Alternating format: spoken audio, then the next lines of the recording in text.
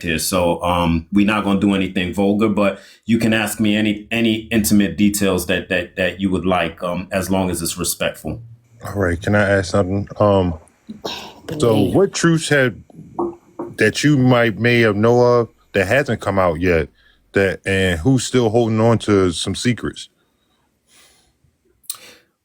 That's interesting. This is the first time. First off, I will say there is something that I know about at least one person that I will not ever be the person to disclose to the world. It's not my truth to disclose, but you should know. And I guess all I can say is that there are things that the public are yet to know yet, is yet to know yet. And yeah, when you find out, you'll definitely be like, oh, okay, we definitely didn't see that coming. So, And everyone, real quick, I just want to tell you, I have an amazing panelist here right now. These are all people that are here supporting me, because this is my first time on live.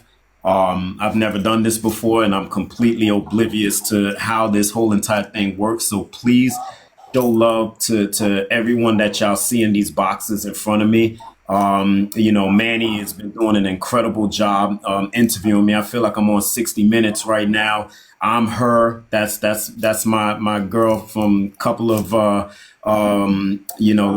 that we've been doing together. Maya and me. I'm incredibly grateful to. They just reached out to me and agreed to help me even set this up. I didn't know what I was doing at all. So please show these people some love, show them some follows. EST Chet, man. This guy, he was also in the business. He wasn't involved in the Diddy and Cassie stuff, but you might get some good questions out this guy too, because I don't mean to throw you under the bus, bro, but you got some interesting questions, man. You had some interesting questions for me the other day. So how y'all doing? I just been following. I was following the case, and then I don't know if you was familiar with the one court reporter that there was allowing in the courtroom. He was just like going, yeah, he was typing everything y'all was saying back and forward. I couldn't even sleep for y'all with this, but I actually wanted to tell you that your song and y'all baby or talking about y'all baby or events probably is by Baby All So High, and I do tumblers, and I went to the store. Baby high is I don't know what, but yeah, I just wanted to encourage you that just to keep going, because I listened to that trial, and this guy was going, like, he was the only guy that could bring an actual phone in the courtroom, because there was like covering it hot and heavy, but he was the only one, and he was just like typing everything y'all said word for word. So I have one more question, and I promise I'm leaving. I just want to say this. I heard you say about the yellow water, right? But they didn't question you on the stand about it, right? Somebody is paying attention. See, I explained this, right? And I said it's very interesting that Maureen Comey tried to use that as a narrative in her opening, right? And she basically said, you're going to hear from a guy that basically yellow watered this woman in her mouth and made her choke, all of these things, right? But when she questioned me on direct, she asks me, and do you recall a situation where you were asked to yellow water on someone, on Cassie? And I said yes. And I don't remember at what point, but at some point I said, but it was Cassie that asked me to do that. Mm-hmm. And then she never asked any other questions after that. Right. And I could not believe that the defense did not pick up on that, because had they picked up on that, all they needed to do was ask me, so did you yellow water in her mouth? And they would have caught her in a lie right there. And then Cassie, being that they already had the transcripts from the interviews, all they needed to do was go to Cassie when she testified and asked again. So what is this situation? You're saying you had the yellow water in your mouth, and the guy that is basically saying that never happened, because Cassie turned around and testified and once again sold that narrative that they and you know what's really messed up about that too? I'm glad you bring this up too. When I first spoke with one of the other guys that came out and was all over this guy Sheree, all over the news, right? When I met him, he was like, bro, all that publicity was supposed to be yours. I didn't want it. I scrubbed myself from the internet altogether, right? But he said, you have no idea how many people hates you. They hate you, or ate you. I don't know if you could say that H word, but they ate you, because you yellow watered on Cassie. You can say dislike. Yeah, dislikes you that much that you yellow watered on her. And, it's crazy because, there's a lot of people that had a lot of strong feelings and they thought that he was me. And he was getting the brunt of all of that hate, but people didn't even know the story. The story was that she had asked me to do that in a freak off. And I thought it was absolutely weird and asinine. And I asked her, I said, listen, why would you want me to do that? And I was, like, well, a lot of things she was saying on the witness stand, they was debunking, because it was like a lot of things, she was actually, like he was actually giving her the opportunity to choose what she actually wanted to, to do during the freak offs, but like the F offs. So one more thing, the big thing about, it was just, it's actually was just you, her, him, but no other people involved, at that time in the room. There was only one other time that they asked me to invite another person over, and it turned out to be this guy. And you guys, he's the guy that's suing Cassie right now. So he's the guy that's all over the news that's suing Cassie right now. And that was just a situation where they apparently told him that we were having some kind of competition. Right. They didn't say that to me, but they said it to him. And then after that occurred or whatever, they told him he basically won. They told me they got rid of him. They continued seeing both of us basically for, however long they did after that. So that was the only other time. But I want to say something really quickly. You had made a statement where you were like, they debunked a lot of the things that she said. I want to speak to that because a lot of people are coming at me right now as well for, saying things and contradicting myself is what a lot of people are saying. Oh, he said this on the trial and said that on the trial. And there are a few things that I want to mention with that, right? First off, when you're testifying to something, prosecutors are only asking you very specific questions that they want you to answer, right? You're not actually telling your story. So you're only answering very small parts of what it is that they're asking you. That's one. Secondly, when you go through something like this, especially when you have a trauma response, for any of you guys that heard about my situation when I was 8 and 9, and then what happened when I first saw Cassie, Diddy hit Cassie, I had a severe trauma response to that. And so when all of this whole ordeal was done, my brain shut this down. It had been 13 years or something like that until this blew up again. And, all of a sudden I am being asked to recollect these crazy things by a government organization that freaking terrifies you. So, there's a lot that is going on there. There's a lot that you're thinking about. There's a lot that you're worried about. You're not in your right mind 100%. You're trying to remember as much as you can. The chronological order of things are just all over the freaking place. And, you're not. And they just was asking her the same stuff over and over and over. Well, here's the thing about that, right? They're only asking questions about what they want to get answers to so that they can actually use that for their trial.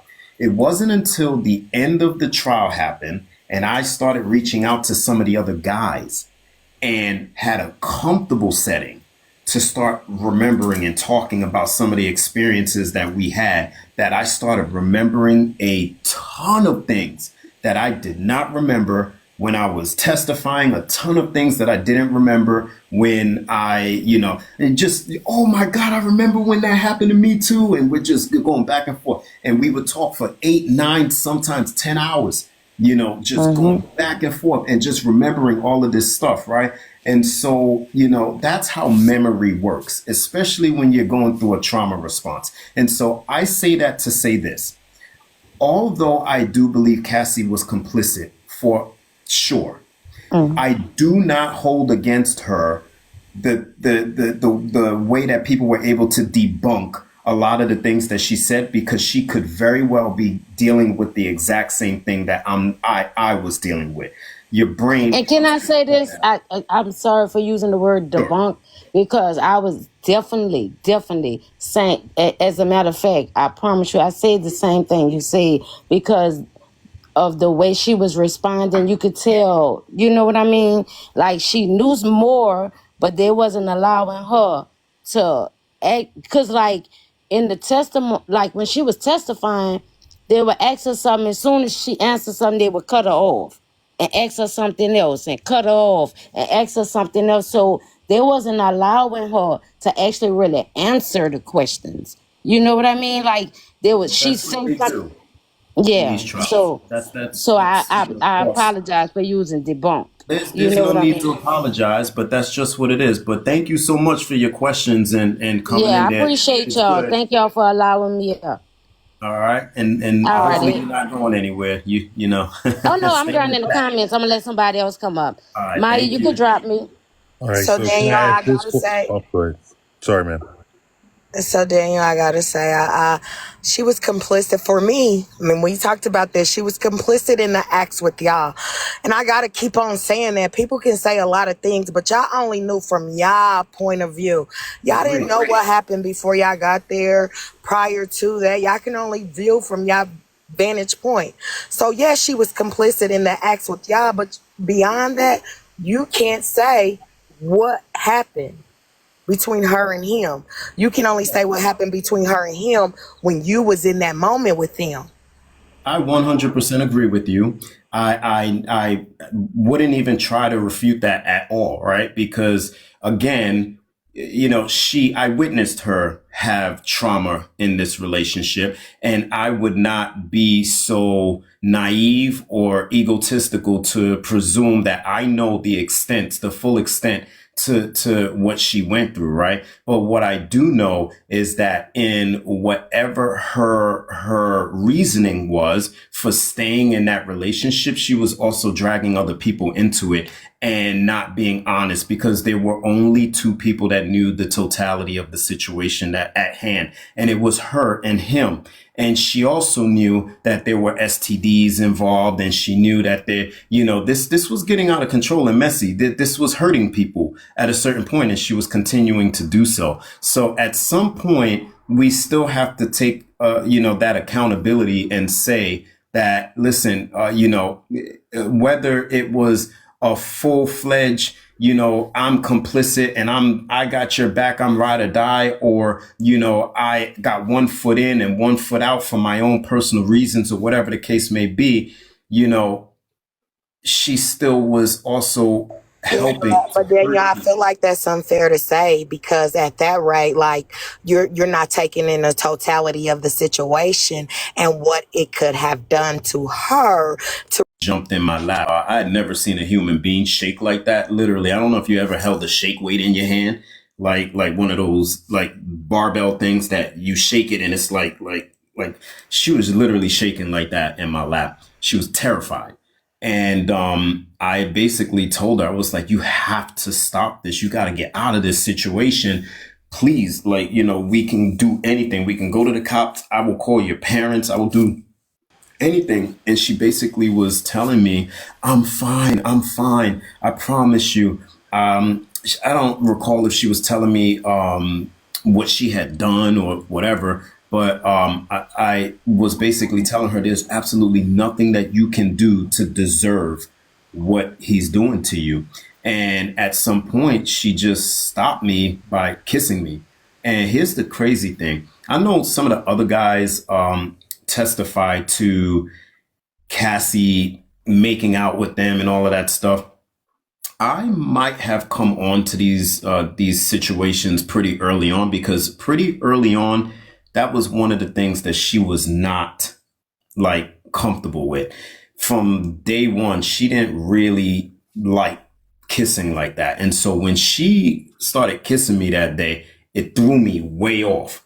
And I don't know if it was a mixture of her feeling like, okay, this guy is actually trying to be here for me, or if she was just trying to get me to shut up. But we ended up making out, like hard making out. And I, for the first time, was able to finally get, up there again, until I saw Diddy sneaking around the corner real quietly, because he had left the hotel room initially when she ran into my lap, and he came back in real quietly and started sneaking around the corner and saw us engaged. And once I saw him, I immediately just went right back down, and that was it. But I also used to try to bait her into like seeing me, because I told you they would only see me like once every 6 months, sometimes every 3 months, and like it just was very sporadic. And so after the first time that I saw him hit her, because she would always ask me to talk like sexually with her, I basically would do that. And because I was having ED, it started getting longer in between the times that they would call me. But I felt so guilty. I wanted to see her. I needed to know that she was okay. So I used to try to text her to yo, I love y'all mofos. And that was one of the text messages that came up in the trial, right? I was like, yo, I love y'all N-words. But the reason I said that was because I'm pretty sure Diddy realized that my issue started immediately after he hit her in front of me. And so I was trying to get him to feel like, yo, this guy is cool with us again. He's feeling it right now. But I was like, I wasn't even drunk. I texted her, yeah, I don't care if I'm messed up right now or effed up right now. I love y'all N-words. And that was why I texted her that. But I would text her like, baiting like text messages to try to get her to talk with me, so that I could also try to talk to her and beg her to please, let's go to the police, or let's go to your mom, or let's go to anything. Because the other thing I will say, the abuse itself was not like just some normal abuse. It was incredibly violent. Like if I was to like describe a girl or even a guy grabbing a girl by her hair and dragging her somewhere, this was like times 10. Like this dude ran up there like he was trying to like rip her head off, and he dragged her into that bedroom. And I'm sitting there like, yo, what the, like, so I knew that the way that he was being physical with her, it was extra, man. And I wanted to help her. I just truly didn't know how. I really didn't know how. And I was having a straight up trauma response to that the whole time. And I keep saying that because, Manny, you said this before, but most people love to bash men for having a response like that, right? Or having feelings and talking about it, right? I've been called an itch so many times by so many people, saying that I'm sitting here gossiping about this or whatever, just because I'm telling my truth and telling what my story is. People don't want to hear it, and it really upsets them. And so, it's important that we address that. Hey, Daniel. I know we had a Jay, little. Hey, how are you? it was my turn. Oh, Yeah, Real quick, hold on 1 second. Yo, hold on 2 seconds. I want you to ask your question right away. I just wanted to say, yo, Jay, thank you so much for showing up. yeah. I appreciate that. This is my first time I'm ever doing a live. Y'all show Jay some love. Jay is also another one that keeps showing me a lot of support, and I really appreciate her. So please show Jay some love. Yeah, you're doing awesome. You're doing awesome. Thank you so much. Yo, S, my fault. I ain't mean to cut you off. That's my other guy right there. That's in the industry. So y'all, hear these questions for sure. Oh no. I'm about to be a little bit more serious today because I want the chat and I want the viewers to get a little bit more perspective. So, how old were you when you were in this situation? I'm 41 now, so I had to be 26, 27, somewhere around there. Okay, so you're a 26-year-old man, and like how old were Diddy and Cassie at the time? Do you know? Or do you remember? I really don't know. Okay. Cassie might have been a little younger than me. I honestly don't know how old she is now. I don't know. Okay, and also, a lot of the people inside of the viewers don't understand how you came into the industry and that you weren't an industry man and that you weren't a professional. When you met these two people, you were just a regular guy working a job managing a company. Yeah. Male review show like Magic Mike, Chippendales type of shows. Company called Hunklemania. So I would like for the viewers to know that DP didn't have any interactions, no type of experience in this type of industry, in the pleasure industry, before he met Diddy and Cassie, before they introduced him to this situation. Can you elaborate on what you mean by the pleasure industry? Because technically, a male review show is meant as a celebratory business for women. Getting the pleasure of being around male strippers or birthday parties and stuff. So technically, it crosses over. I know what you mean, but yeah, I'm sorry about being a paid escort, being paid for having intercourse. Thank you. Thank you for clarifying that. Because a lot of times, especially during the case and how the prosecution worded some things, it got misconstrued. Me, I was young. I used to rock out, and I used to turn out old ladies for $200. Yeah, he was packing a Mac in the back of the act. Hey, look, but I was like, man, this guy Daniel Phillips, it don't even sound like he really knew what was going on. Like he actually like been in front of like two sexual deviants, and and it got intense, just like it got intense with the bedroom. Obviously, there was way more gentlemen. Obviously, Diddy had more girlfriends than just Cassie. That these were two people that lived a very intense lifestyle that Daniel didn't live. This guy is healthy. He eats healthy. He works out avidly. He's a hardworking gentleman. So I just want to say that. Okay, Thank you, man. I got kind of a real probably triggering question. You don't have to answer if you don't want to, but I didn't know that you literally said that Diddy hit Cassie in front of you. So can you tell me what led up to that moment and how that moment does that moment still haunt you and things like that? Can you describe me the room, the energy in the room, and everything like that? Yeah, for sure. I'm gonna give you a follow real quick first, brother. It's a great question, by the way. We were in a freak off, and it was crazy. We had already finished doing what we was doing. Cassie was on a computer, maybe like 15 feet in front of me. Sort of in the same situation I'm in right now. I'm sitting on a couch.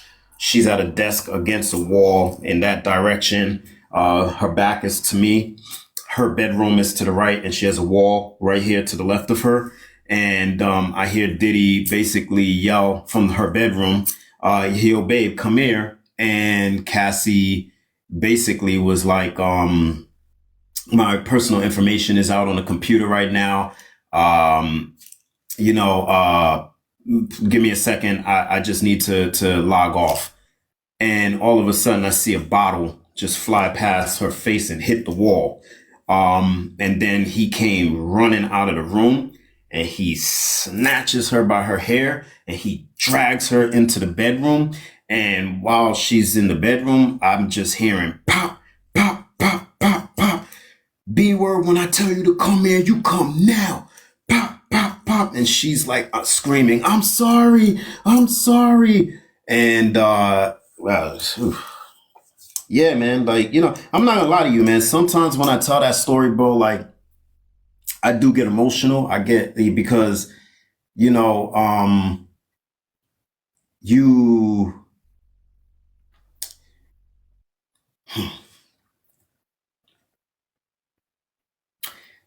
it's a really messed up thing to see. And you never want to see any female, in a situation like that, right?